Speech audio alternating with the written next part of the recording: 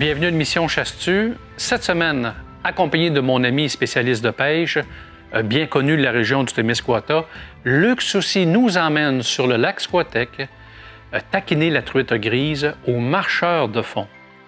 Trucs, astuces et conseils sont au rendez-vous.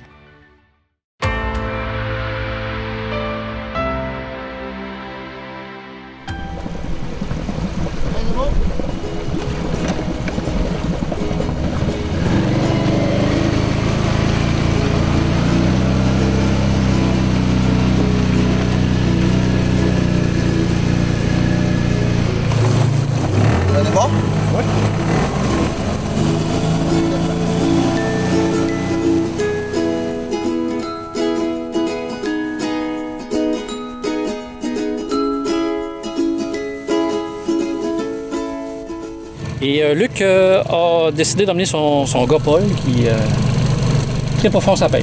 Yes. Hein? Je pense qu'il n'est pas en train de dépasser le mètre, mais... oui. Oui? Oh, oui. Ce printemps, là, à Moucheté, là, il nous a fait la barbe. Là. Ah oui? Oui. Ça a l'air de raser tous les deux. Fait qu'au moins, vous êtes fait la barbe tous les deux? C'est ça. C'est ça. Franchement dit hier soir. Fait que là, j'ai rappelé Luc, j'ai dit, est-ce que tu viendrais nous initier aux marcheurs de fond? C'est quoi la technique un peu, les amis, du marcheur de fond?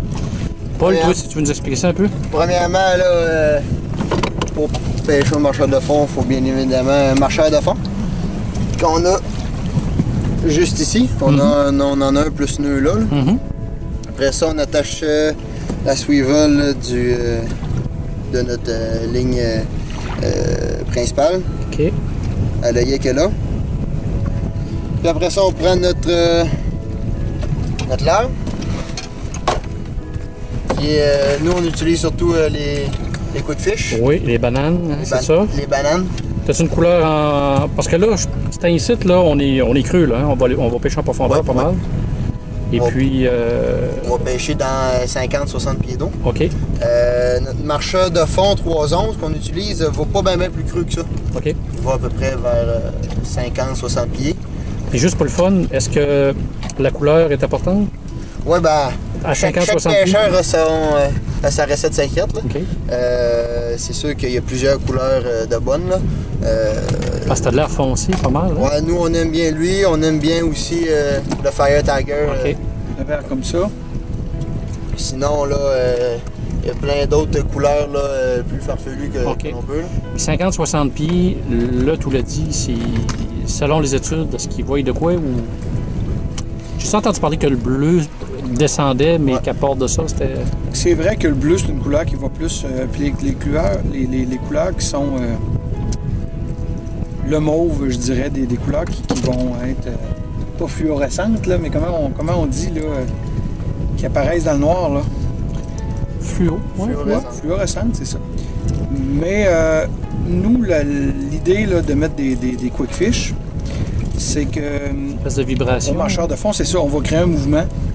Puis la beauté de ça, on va troller à environ 2 km/h. Ça, c'est un leurre à laquelle on ne peut pas dépasser, je dirais, 3 km/h. Sinon, il se met à mal nager, il se met à boiter. Donc, on va troller à peu près à 2 km/h. À peu près. OK. 50-60 pieds. Ce qu'on aime de ça, contrairement à un leurre métallique ou un rapala, un poisson, c'est que lui, en tout temps, on sait si notre leurre nage bien. Ouais, ta canne on sent la vibration. Un rapala, tu vas passer dans des algues, dans des orbites. Là, tu dis, j'en ai-tu, je n'ai-tu pas, tu peux pêcher une demi-heure. C'est ça. Pour le fun.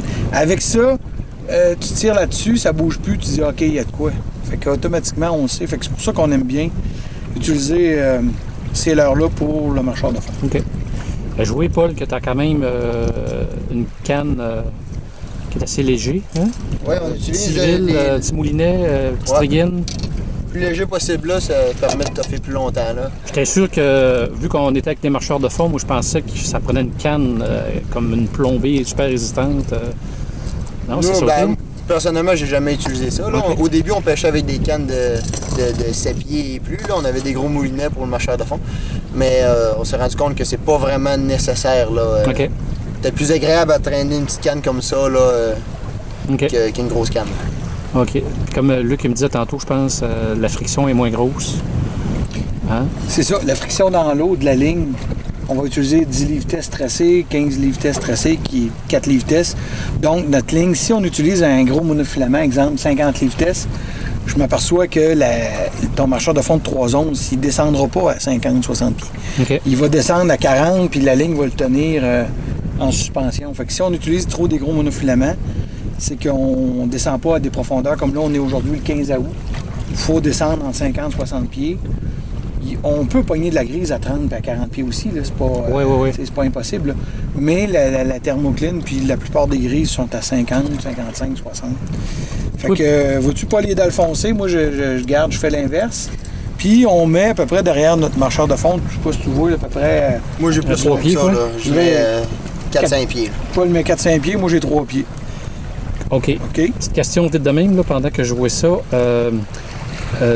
Ta banane, est-ce que c'est neutre, ça, ou c'est flottant, dans le sens pour ne pas ramasser le fond non plus?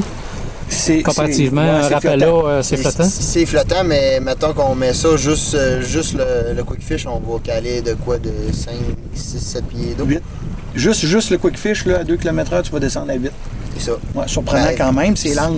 Ça dérange pas tant que ça que ça frotte dans le fond. Là. Oui, on va se prendre une couple de fois, mais c'est ça le but là, d'être collé au fond. Là. OK. Parce que moi, je pensais que le marcheur de fond, c'était fait pour que la petite bédule ici là touche au fond, puis que ça soit un peu plus haut pour jamais se pogner, là, justement. Ben, c'est sûr que ça pourrait être une idée, là, mais en utilisant Quick Fish, c'est sûr qu'on est pas mal à la même hauteur d'après moi. C'est sûr qu'on n'a pas de caméra pour aller voir en bas. Là. Puis aussi, l'avantage, c'est que vous connaissez vos fonds aussi. Ça prend des fonds sableux ou rocailleux? Ben, d'autant qu'il n'y a pas d'arbre. Ouais, tant qu'il n'y a pas d'arbre. Ici, c'est très rocheux, mais au lac Témis, on va pêcher un endroit où c'est du sable fin. On pêche le sable fin, ça fait super bien. Puis, tu sais, le marcheur de fond, là, c'est une excellente technique. Moi puis Paul, on fait ça chaque année. Dès la première semaine de pêche, la glace part. Ah oui? On va tester le marcheur de fond, puis à chaque année, on se prend une ou deux belles grises, des belles grises gardables, parce que... C'est un des bons temps pour... C'est un des bons temps pour le marcheur de fond dans la première semaine, contrairement à ce que le monde pense. Plus chaud en dessous ou quoi? C'est que l'eau la plus chaude est dans le fond du lac. Est dans le fond du lac. Puis on prend toujours des super belles grises en commençant.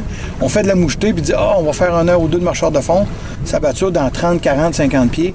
Puis on accroche des grises à toutes les fois. Ça nous paye. Puis cette année, on a pris 7 livres. On prend des belles grises là, de taille là, qu'on peut garder. Là. Ça, c'est quand même le fun à savoir. Hey, j'ai hâte de voir ça, les gars. J'ai hâte de voir ça. Fait que, on va décoller tranquillement, puis on va mettre ça à l'eau. OK. La canne est dans le support, je vais juste déclencher en dessous. Là, on va descendre. Puis là, ma canne est tout le temps pliée, puis quand ma canne va lever, c'est que je vais toucher au fond. Mais ici, dans 100 pieds d'eau, je ne toucherai pas le fond. OK. Je mets de la ligne plus comme mon marcheur de fond, c'est efficace s'il est au fond. OK. On en met là plus que moins.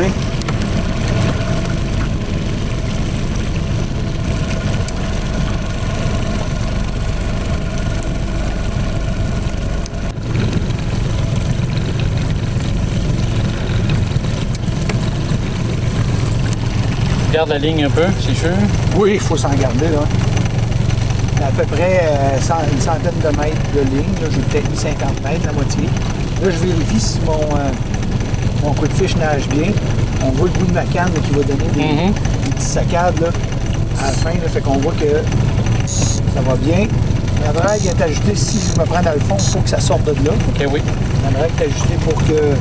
Attention, elle est ajustée ici en arrière pour que ça puisse sortir si jamais j'accroche le fond. Et comme ça, ici, là, je m'assure que... Je suis vraiment surpris de voir vos cannes qui sont vraiment légères.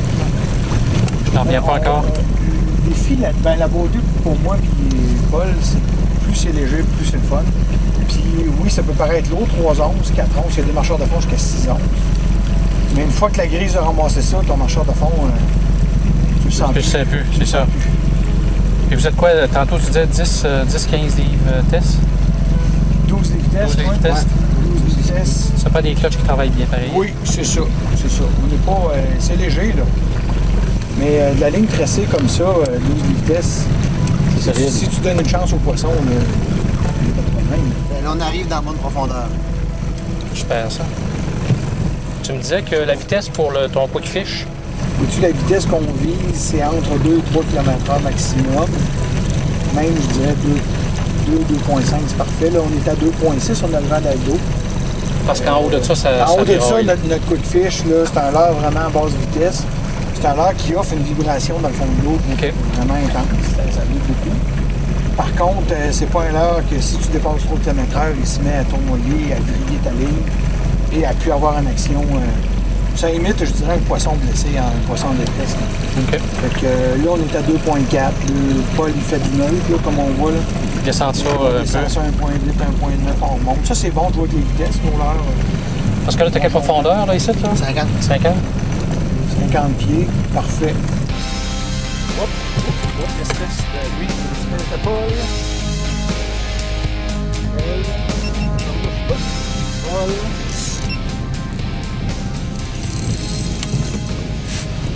Avec de la patience. Eh oui, Notre ami Paul a fait feu. ça donne un coup. Hein? On va regarder. Moi, j'ai la planche à mesurer pas loin. On va regarder si on va le mesurer ou pas. Souvent, s'il n'est pas assez gros, on ne le mesure pas. Ouais. Moins qu'on le manipule, mieux c'est.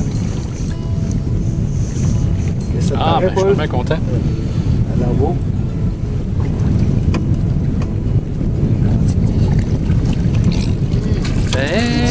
Non, non, oui, c'est la limite. On va le mesurer. Pour moi, il est sa limite. Sans la planche, Paul, là. Donne-moi les pains, je vais y aller. Écoute, je suis pas habitué comme vous autres en On va manque le de mesurer. mais... Il est limite, mais moi, je le trouve beau, mais ils sont tous gras. Ils sont tous... il est dessus. Dessus? Ouais. OK. C'est là. On va le mesurer à la caméra. Ça. 60 cm est ici, là. Je mets mon doigt là. OK. Je l'amène. Ouais, un peu le bras. T'as mouillé tes mains. Ouais, moi, il est pas bon. Ah, tu vois, hein, on fait pas ça, mouiller nos mains. Hein. C'est important, je pense. Hein? Oui, pour la... Ah, pour moi, il est bon. Là. C'est-tu au bout de la queue? Oui, c'est au bout de la queue. Tiens, sinon, OK. OK. Ouais, il fait, garde, 61 cm. Wow! On le garde-tu? 61 Ah, cm. j'ai envie de le grogner. Veux-tu, Oui, toi? oui, OK. oui. On va le garder pour Eric. Puis si on en pogne un autre, je peux le remettre à l'eau, ça me dérange pas. OK. T'as une belle photo. Take a picture. Ça, c'est pour ma blonde. Hey, félicitations. Yes. Super. Elle avait dit qu'il m'avait rattrapé.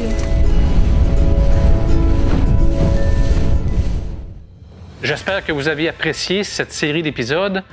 Dans la prochaine saison, les chasseurs de chevreuils vont être comblés puisque je vous emmènerai avec moi vivre une saison de chasse complète à partir de la prospection printanière jusqu'à la récolte de 2 beaux mâles matures sur des territoires publics, dans les règles de l'art et sans appât.